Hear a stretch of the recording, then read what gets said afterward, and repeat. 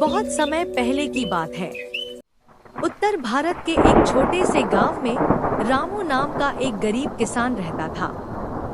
उसके पास ज्यादा जमीन नहीं थी, लेकिन वह ईमानदार और मेहनती था। लोग कहते थे कि रामू चाहे कमाए कितना भी, पर उसका दिल सोने जैसा है। रामू हर सुबह सूरज निकलते ही खेत में काम करने निकल जाता। वह पसीना बहाकर अनाज उगाता और जो भी फसल मिलती उसका कुछ हिस्सा गांव के गरीबों में बांट देता। लोग उसकी सच्चाई और ईमानदारी की मिसाल देते थे। गांव में ही हरी नाम का एक व्यापारी भी रहता था। वह चालाक और लालची था। एक दिन उसने सोचा, रामू तो गरीब है, फिर भी सब उसकी तारीफ करते हैं। जरा मैं इसकी ईमानदारी की परीक्षा लेता हूँ। अगले दिन हरी ने रामू को बुलाया और उसे एक थैली दी।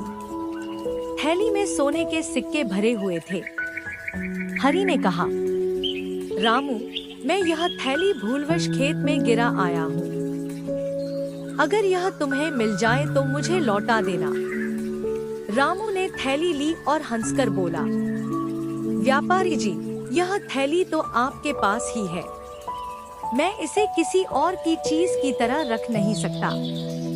और उसने तुरंत थैली लौटा दी। हरी को बहुत आश्चर्य हुआ। उसने सोचा, अगर यह पैसा रख लेता तो कोई जान भी नहीं पाता। लेकिन रामू सचमुच ईमानदार है। कहानी यहीं खत्म नहीं हुई। उसी रात हरी ने सपना देखा कि एक देवता उससे कह रहे हैं, जो इंसान दूसरों का हक नहीं छीनता और सच्चाई से जीता है, उसके घर कभी कमी नहीं रहती। अगली सुबह जब रामू अपने खेत पहुंचा तो देखा कि उसकी फसल रातों रात दोगुनी हो गई है। अनाज की बालियां सुनहरी और भारी थी। धीरे धीरे उसका खेत इतना उपजाऊ हो गया कि वह गांव का सबसे समृद्ध किसान बन गया।